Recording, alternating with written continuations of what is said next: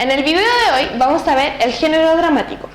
A diferencia del género lírico y el género narrativo, que cuentan con un narrador y un hablante lírico respectivamente, en el género dramático no vamos a tener a nadie que nos presente los hechos, sino que vamos a tener solo diálogo entre personajes.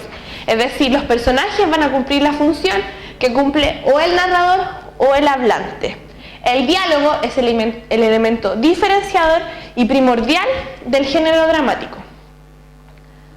Tiene su origen en Grecia, en las fiestas en honor al dios Dionisio. En estas fiestas la gente, para celebrar, se disfrazaba, usaba máscaras y representaban algún elemento.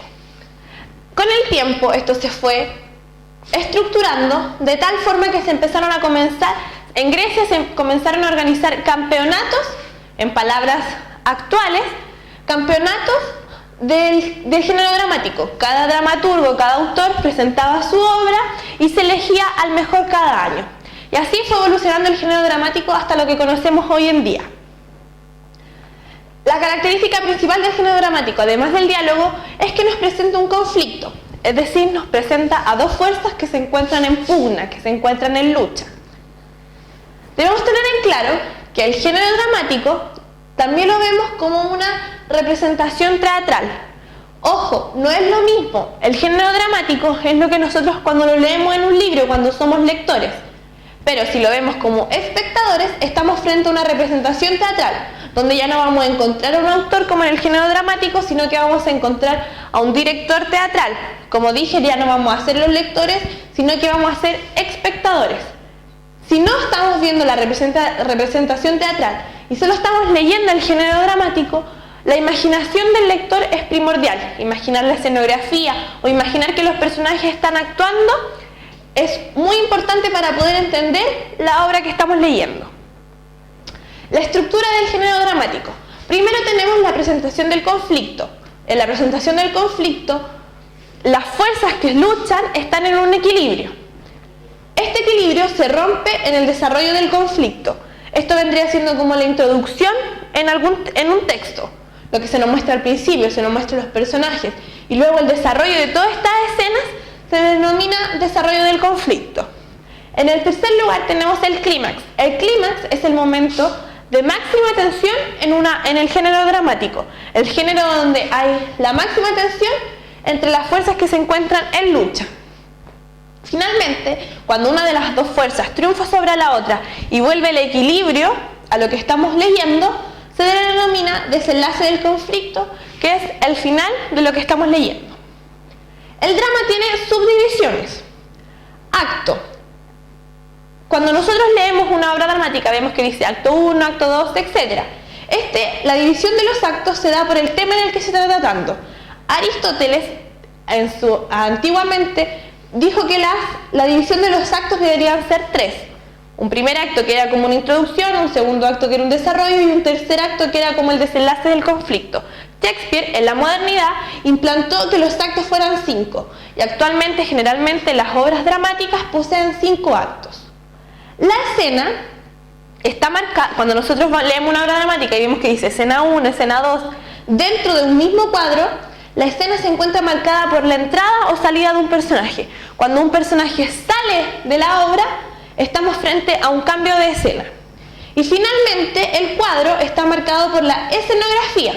Si tenemos una casa y tenemos el interior de la casa y el jardín, ahí estamos frente a dos cuadros, el cuadro interior y el cuadro exterior. Los personajes del drama. Tenemos al protagonista, que es el personaje principal. El antagonista también es el personaje principal, pero es la fuerza que se opone al protagonista, es decir, va a ser el que va a impedir que el protagonista cumpla sus propósitos. Es como el malo de la película. Los personajes secundarios van a ser todos los demás personajes que rodeen a este protagonista o a este antagonista. La mamá, la tía, la abuela, todos estos personajes que rodean a la hija, que en este caso sería la protagonista, son personajes secundarios. Y finalmente tenemos los personajes incidentales. Los personajes incidentales son los personajes colectivos. Por ejemplo, si estamos en una escena de una protesta y vemos que el pueblo, por ejemplo, habla, todo ese pueblo que habla y que no es solo una persona, se denomina personajes incidentales, por eso colectivos, porque generalmente representan a una masa que habla. Los elementos del drama. El elemento principal del drama es el diálogo. Como ya dijimos anteriormente, es cuando están hablando dos personas, están conversando, están dialogando. Obviamente pueden ser más personas, pero siempre con una persona al lado. Siempre el diálogo principalmente es de dos personas.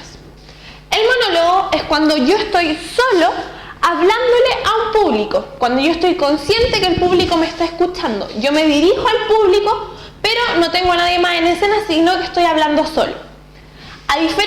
Tenemos el soliloquio, que a diferencia del monólogo, en el soliloquio yo también hablo solo, pero me hablo a mí mismo. No le hablo al público, sino que, por ejemplo, cuando un personaje está reflexionando en su cama sobre algo que le pasó, el personaje está hablando solo consigo mismo y el público lo está mirando. La idea del soliloquio es que este personaje no le habla al público. Esa es la primordial diferencia entre monólogo y soliloquio.